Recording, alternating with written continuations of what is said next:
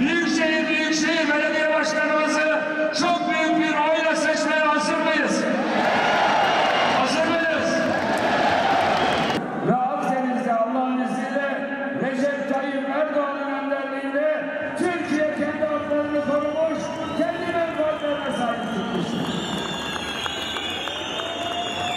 Biz Türkiye'de vesayetle mücadelemizi kararlı şekilde sürdürürken işte Cumhurbaşkanımızın dediği gibi hukuk reformlarıyla beraber Türkiye'de özgürlüğü daha da artıracağız.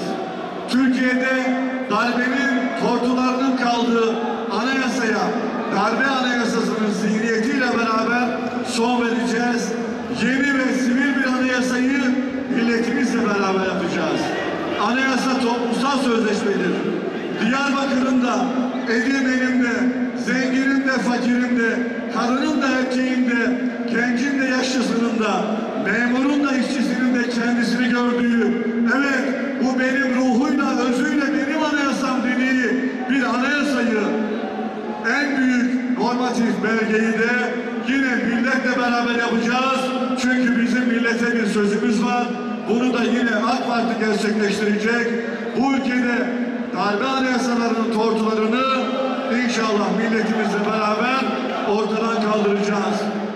Sivil anayasayı, yeni anayasayı bütün ruhuyla, özüyle, lafıyla hep birlikte inşa edeceğiz. El birliğiyle 83 milyonun evet benim anayasam, ben burada kendimi görüyorum dediği bir yapıyı beraber kuracağız. Çünkü statükoları değişecek diye, pozisyonları ellerinden gelecek diye durum demokratları, vaziyet demokratları her zaman reformun ve bu anlamdaki atılımların karşısına çıkmışlar. Parti kapatmalar, Cumhuriyet mitingleri gibi sokak üzerinden ya da darbe girişimleriyle milletin önünü kesmeye çalıştılar. Ama onlar ne yaparsa yapsın, biz bu millet için reformları yapmaya devam edeceğiz. Sözde vatandaş, Cumhur'da sözde vatandaş, özde vatandaş diye ayrılıyor.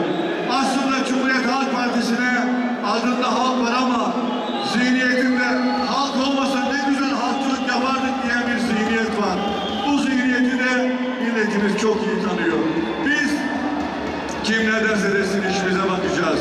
Türkiye'de ekmeği büyütmeye, özgürlüğü geliştirmeye devam edeceğiz. Gaziantep'in, bütün Türkiye'nin 83 milyonun birliği, beraberliği, kardeşliği için soframızı hep birlikte büyüteceğiz. Ve bu sevgiyle, bu kucaklaşmayla yolumuzu